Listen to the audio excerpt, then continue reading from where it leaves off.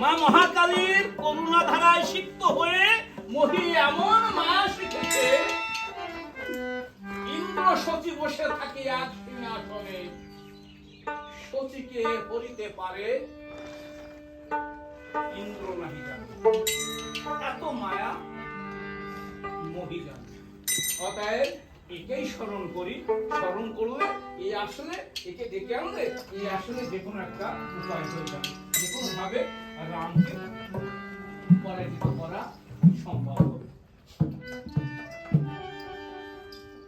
মহি মহি কই বলিয়া তখন রাজা বাসানন করিল শরণ, ওই অটল সিংহাসন মহি মহির কবিয়া উঠিল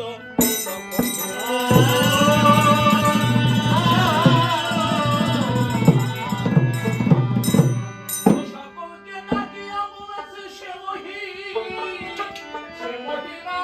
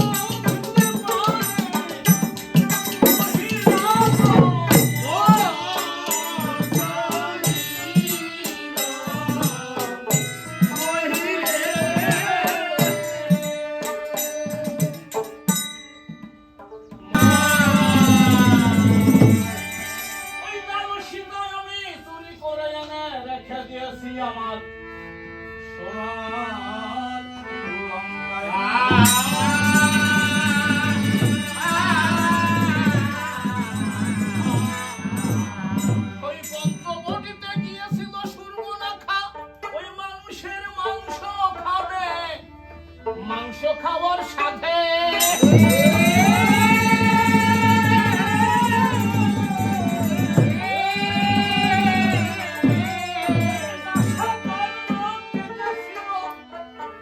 ওই লক্ষণ সেই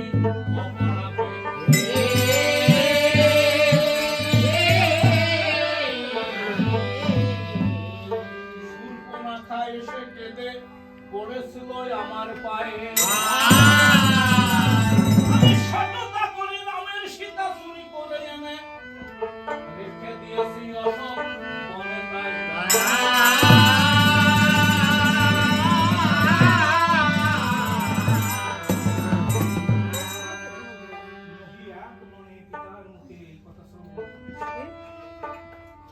শ্রবণ করে হচ্ছে পিতা তোমার কথা শেষ হয়েছে হ্যাঁ পুত্র ওই সেই দুটো ব্যাপার কথা বলে বাংলার বলু জোগাড় করে এনে এই ঘর দরজা পুরায় লঙ্কা ছাড় ছাড় করে দিয়েছে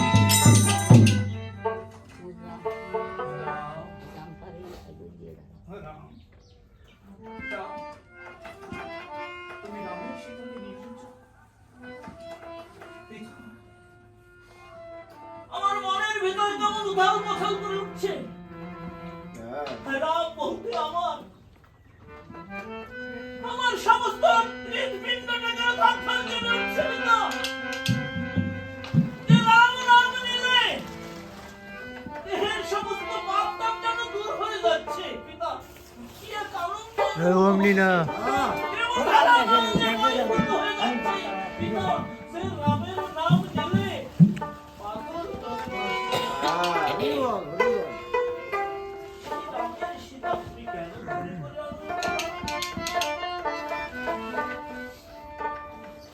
রাবণ বলেছে বললাম না আরে পুত্র আমি বললাম না তোমাকে সর্বনাথে গিয়েছিল পঞ্চবটি বনে ভ্রমণ করতে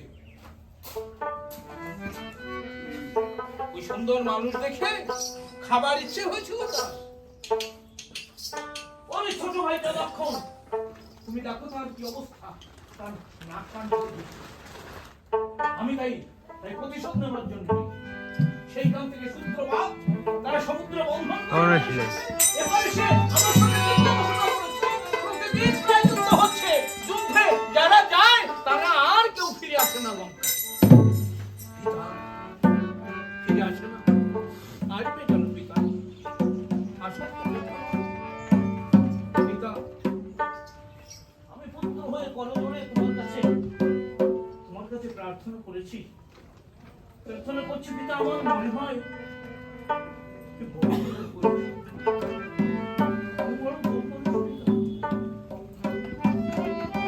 পিতা অলঙ্গ সমুদ্র বন্ধন করে তো সামান্য শক্তির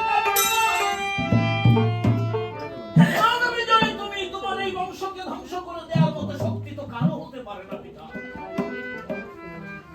পিতা তবু তোমার জ্ঞানোদয় হলো না আমি তোমাকে কি বলবো জানো আমার মন বলছে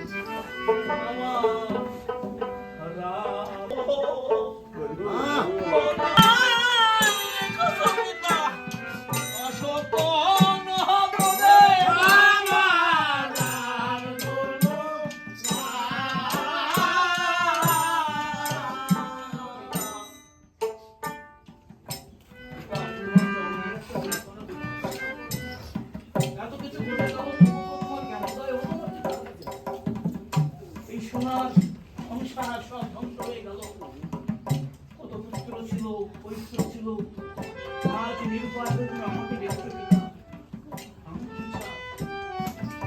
ওই নাম শ্রবণ করে আমার মনে এমন ভাবোদয় হচ্ছে পিতা আমার মতো লক্ষ লক্ষ মহিলা আসলো আর রামের চরণ স্পর্শ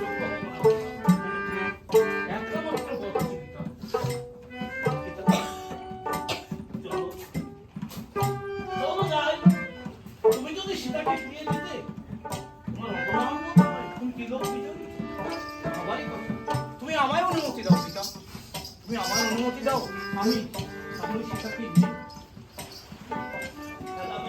প্রান্তে ফিরিয়ে দিয়ে তোমার চরণ ধরে প্রার্থনা করবো ওই নাম শ্রবণ করে আমার মনের মধ্যে এমন ভাবোদয় হচ্ছে পিতা আমার মন বলছে নাম নাম নাম তার সাধারণ বলছে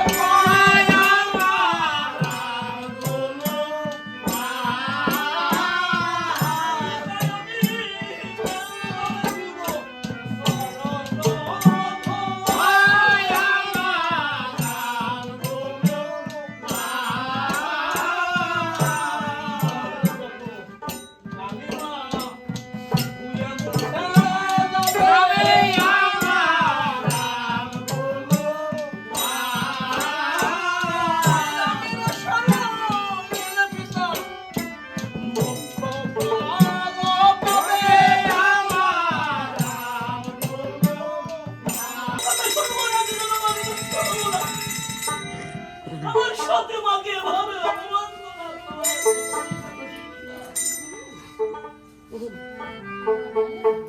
না পিতা, না, তোমার ইচ্ছায় পূর্ণ হবে। তোমার ইচ্ছায় পূর্ণ হবে, আমি তোমারই অগ্রজাত সন্তান। কি করলে, কি করতে হবে, কি করলে তোমার মানুষ রাবণ বলে, এই তো পুত্র তুমি পথে এসেছো। পুত্র কি করতে হবে জানো? কি করবে তুমি? তুমি তো মহামায়াবী। তুমি যে কোনো ভাবে রাম লক্ষ্মণকে পরাজিত করবে, যে কোনো ভাবে হয়তো পাতালে মা চণ্ডী আছে, তুমি যে কোনো ভাবে হরণ করে নেবে বা যা কিছু একটা করে ওই শত্রু তুমি নিপাত করবে। পিতৃপদে প্রণাম করলো সে মহিলা।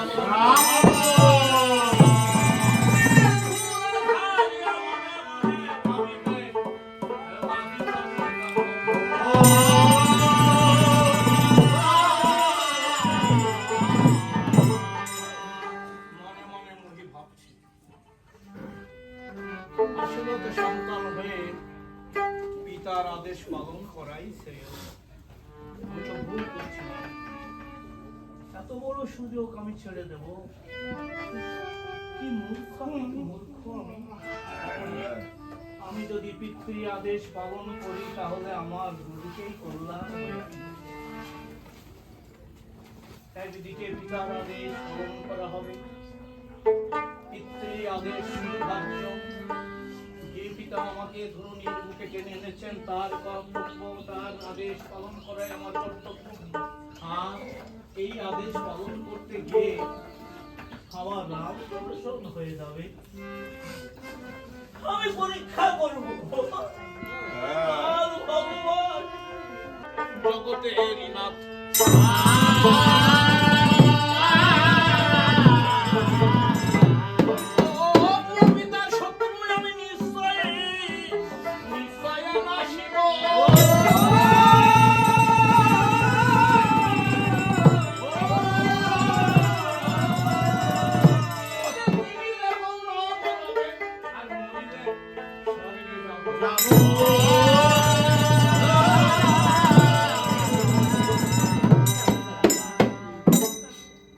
এদিকে প্রভু রামচন্দ্র বিভীষণকে ডাক দিয়ে বলছে, মিতা বিভীষণ, আর রাম তো গতদিনও যুদ্ধে আসেনি, আজকেও যুদ্ধে আসবার তার কোনো লক্ষণই দেখা যাচ্ছে। কি করছে সে একটু দেখে আসা ভালো, একটু জেনে আসা ভালো। বিভীষণ গোপনে দূত পাঠিয়ে দিয়েছে যে কি আলোচনা হচ্ছে, কোন পরিস্থিতিতে আসছে সে, কি করবে বলে স্থির করছে। যতটা সম্ভব জানা যায় ততটাই ভালো। চরগুলো ফিরে এসে বলছে, বিভীষণকে বলছে, দুঃসংবাদ। কি দুঃসংবাদ? মহিনামে এক পুত্র এসেছে, তাকে নিয়ে মন্ত্রণা করছে, যুদ্ধ করবে, গোপনে করিবে হরণ, মা চণ্ডীর দুয়ারে পাতালে নিয়ে রাম লক্ষ্মণকে দিবে। প্রভু রামচন্দ্র এই কথা শ্রবণ করে মিতা বিভীষণকে বলছে, মিতা এ কোন বিপদে পড়লাম? যুদ্ধ করলে তার সঙ্গে যুদ্ধ করা যায়, কিন্তু যে যুদ্ধ করে না তার সঙ্গে কোনভাবে কিভাবে এটা ওঠা যাবে? কি উপায়? বিভীষণ বলছে, প্রভু কোন উপায় যে অবলম্বন করতে হবে আমরা ভেবে পাচ্ছি না। তবে একটা কথা জানিও, খুব মায়াবী রাক্ষস আছে, মহাপাশে মহামায়া বলতি, তার পাশে অতীব মায়া জানে সে, কেউ তার সন্ধান জানে না। স্বর্গমর্ত কথা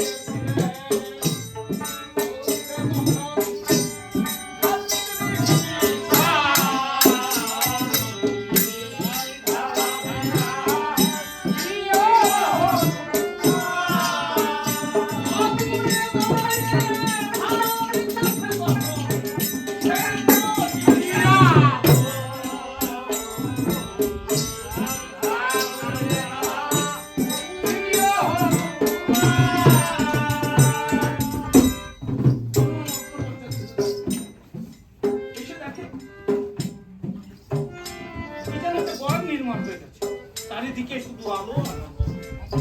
দেখি নিরাপদ দূরত্ব বজায় রেখে ঘুরতে শুরু করলো মহিলা। সে দেখে একটা মাত্র দরজা, উত্তর দিকে যায়, দেখে না সেখানে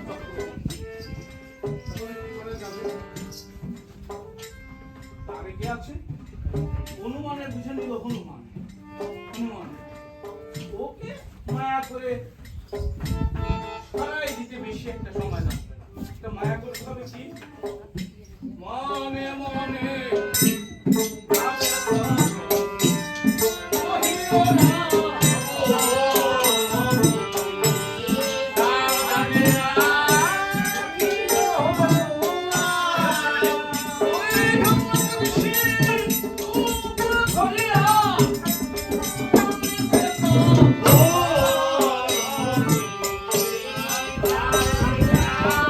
প্রণাম করিয়া মনে মনে ওই মহি অবধারা দিয়ে বিভীষণের ধরিল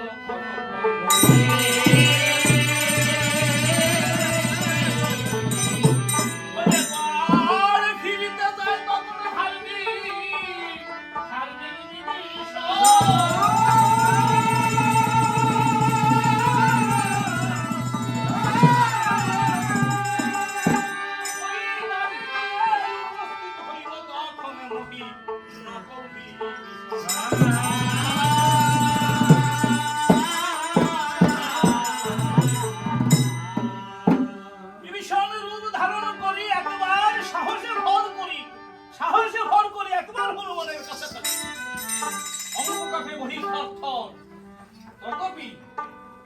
সাহস করিয়া পরে দাঁড়ায় হনুমান বলে খুড়ামশাই এই মাত্র তো গর্ভে গেলেন হঠাৎ বেরিয়ে গেলেন কেন? মহি ভাবে খুড়া বলে যাকে দিয়েছে যখন তখন ভিতরে যেতে দিতে হচ্ছে বাঁচা। মহি অর্থাৎ বিভীষণের রূপ ধরে নকল মহি বলেছে হনুমান আমার একটা কথা এতদিন ছিল না মনে, হঠাৎ আসিল আমার মনে। দৈব বলে সাধনা করে দৈব বলে আমি পেয়েছি কবচ একটা খাম, যদি আমি কোন প্রকারে বেঁধে দিতে পারি রামের চুলে সেই কবচ ধাম।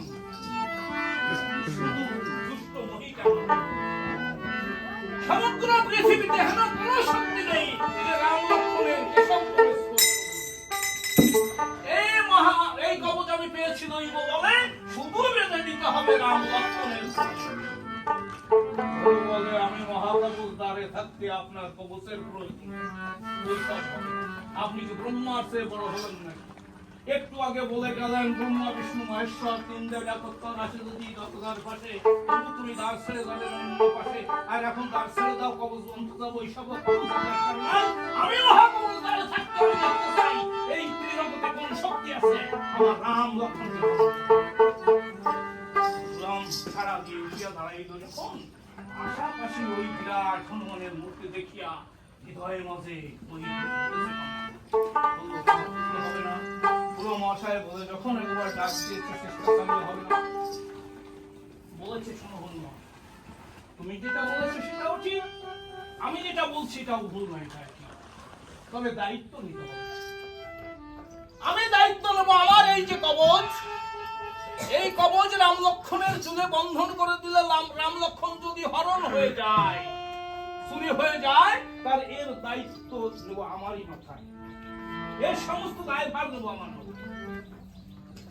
আর কবচ বাঁধতে যদি না দাও যদি কোনো প্রকারে রাম লক্ষ্মণ চুরি হয়ে যায়, এর সমস্ত দায়িত্ব নিতে হবে কিন্তু তোমার, দায়ভার কিন্তু তোমার।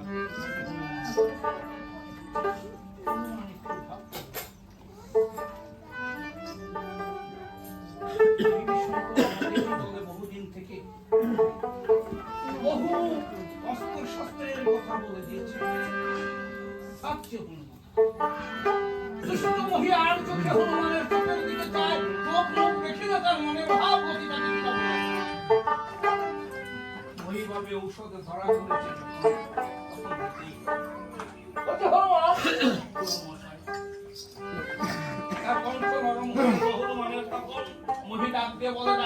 আমি কথা দিচ্ছি, আমার এই খবর যদি বন্ধন করে দিতে পারি রাম লক্ষ্মণের চুলে, আমার রাম লক্ষ্মণের কোনো অসুবিধা হবে না, কেউ করে দিতে পারবে না।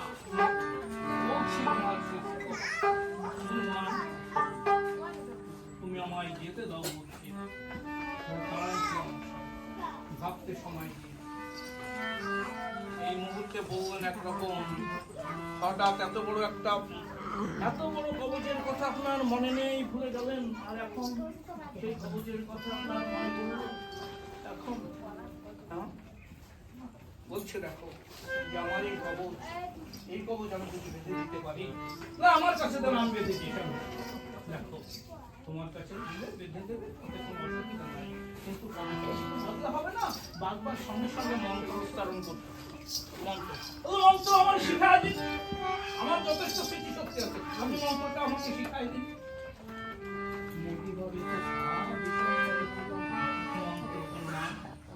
এখন মন্ত্র শিখিয়ে দিলে পরে আমি দিচ্ছি খবর দিচ্ছি, মন্ত্র দিচ্ছি, কিন্তু মন্ত্র যদি বিচ্ছুত করতে যায় মোটামুটি মায়াবী রাক্ষস যতভাবে হোক হনুমানকে যেভাবে বাঁধতে হয়, বিভিন্ন কৌশলে বিভিন্ন কথা দিয়ে বিভিন্ন প্রকারের যুক্তি দিয়ে হনুমানকে দুর্বল করে, দুর্বল দেখিয়া পরে কথা বললে কথা উত্তর দেয় না। সম্মতির লক্ষণ বুঝতে পারিল মহি রাবণ, বুঝতে পেরে জোর শুরু কি পাশে হনুমানকে একটু চেপে রেখে গড়ের মধ্যে যায়।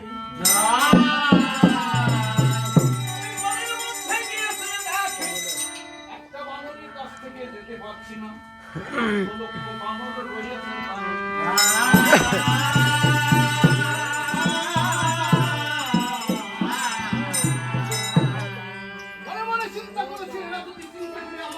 তাহলে আমার তো রাম লক্ষ্মণকে নিয়ে ঘুরে যাওয়া কঠিন, আমি নিজেই যেতে পারবো। চণ্ডী মন্ত্র করিয়া তখন মহিলা মনে করে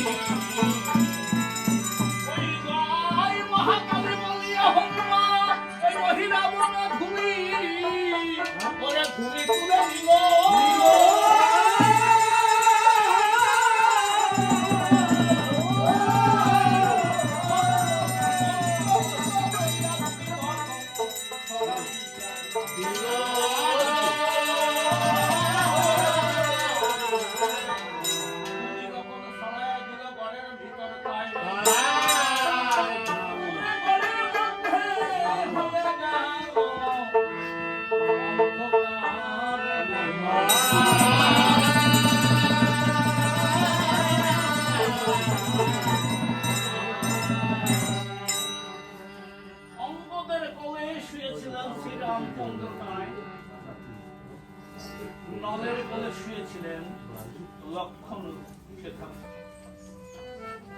প্রণাম জানিয়ে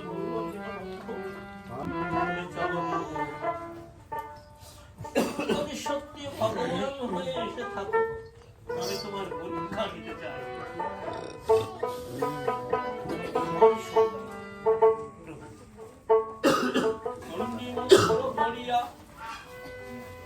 মহি রাবণ করে দিল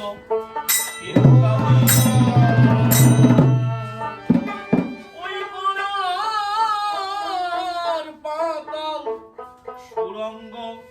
হইল সকলি।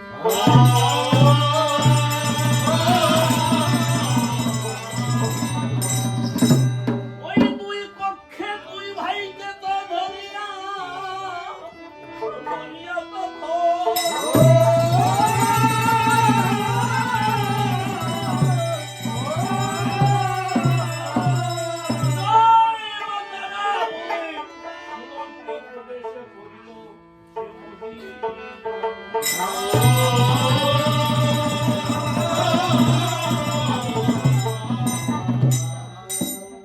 মায়া নদী সৃষ্টি করি, অগ্নিগড় সৃষ্টি করি, তখন মহিলা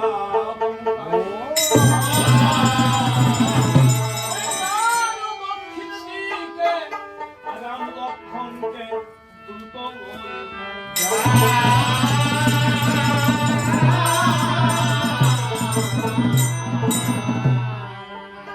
অগ্নিগড় সৃষ্টি করলো। যদি হনুমানের পথে আসে বা কেউ আসে, তারপর তার সন্দেহ দূর হলো না, কেউ পার হতে পারে। মায়া নদী সৃষ্টি করলো, সৃষ্টি করে তারপর আসতে না পারে সেভাবে কিছুটা নিশ্চিন্ত হয়ে মহিলা মন পাতালে প্রবেশ করে। পাতালে তখন প্রবেশ করে, যতজন ছিল পাতালপুরে সব দেখে বলে, মহারাজ সুমঙ্গল মহিকায় অমঙ্গল কারে করে কারে কহে রে, আজ মা চণ্ডীর বরে পিতৃশত্রু দুটি নরে ধরে এনেছি নর দেখবি যদি আয়। শেষে তখন ছুটি ছুটি সকলে তখন পরিপাটি দেখে দুটি নরে পরে তখন বা কি সুন্দর সে রূপের তুলনা নাই, দেখে তো খেতে ইচ্ছা করে। আর মহারাজ বুঝলেন তাই রাজা মহিরাবণ হুঙ্কার ছাড়া মানে এই একটুখানি তিষ্ঠ খালি বললে সেদিনে কয় 25টা কি দেবীর মতো লাগে। সবাই বলে তাই তাই পূজা করে একটু প্রসাদ পাই, বঞ্চিত করো না আমরা বড় দুর্বল, এই কথা সকলে বলে। হনুমান জানে না এদিকে এসে বসে আছে ওই মহি মারা। আমরা কোথায় এখন? লক্ষণ বলে দাদা বাধা বুঝতে পারছি না কোথায়। প্রভু রামচন্দ্র বলল, লক্ষণ আমার তো মনে হচ্ছে মহির কারাগারে এসে উপস্থিত। লক্ষণ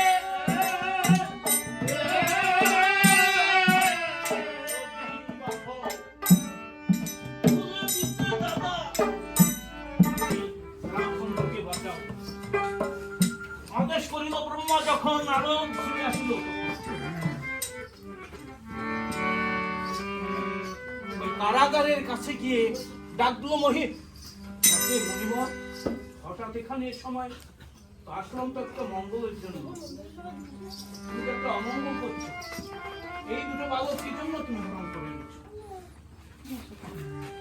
মা চণ্ডীর দ্বারে বলিদান। তা তুমি কি বলছো না মহি, যে জিনিস মায়ের পূজায় দেবা ক্ষত হয়ে গেলে সেই ক্ষত বস্তু তো আর মায়ের পূজায় লাগবে না, তাহলে তাহলে মহামণি আমি কি ছেড়ে দেবো? না, ছেড়ে দেবে না, ছেড়ে দিলে তো আর কার্য উদ্ধার হবে না, যে জন্য এনেছো সে কাজ কি উদ্ধার হবে? হবে না। বলছিলাম ওভাবে মারপিট না করে, ওভাবে রক্তাক্ত না করে তুমি সুন্দর করে বেঁধে রেখে দাও, উপযুক্ত সময় উপযুক্ত কাজ হয়ে যাবে। নারদ শুনিয়া বচন মহি ও রাজন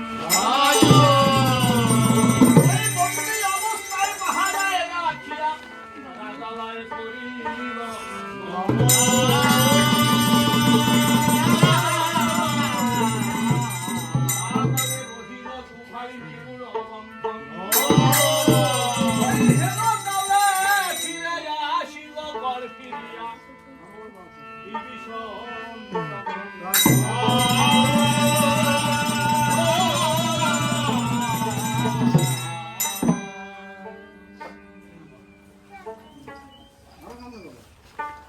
বিভীষণ এসে দেখে হনুমান ঘুমিয়ে পড়ে আছে, ঘরের দিকে চেয়ে তাকে ভিতরে যতদূর দেখা যায় অন্ধকার। বিভীষণ বুঝতে পারলো ও আজ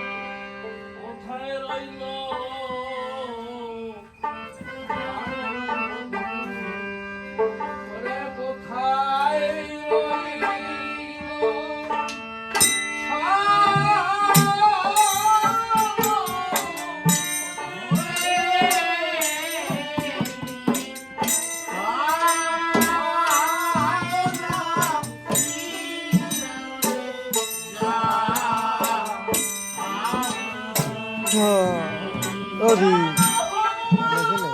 পানি কই দাও বন্ধ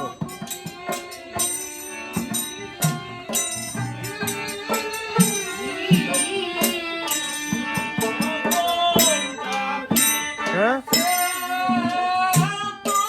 তোমারই বাদ যা আছে যাও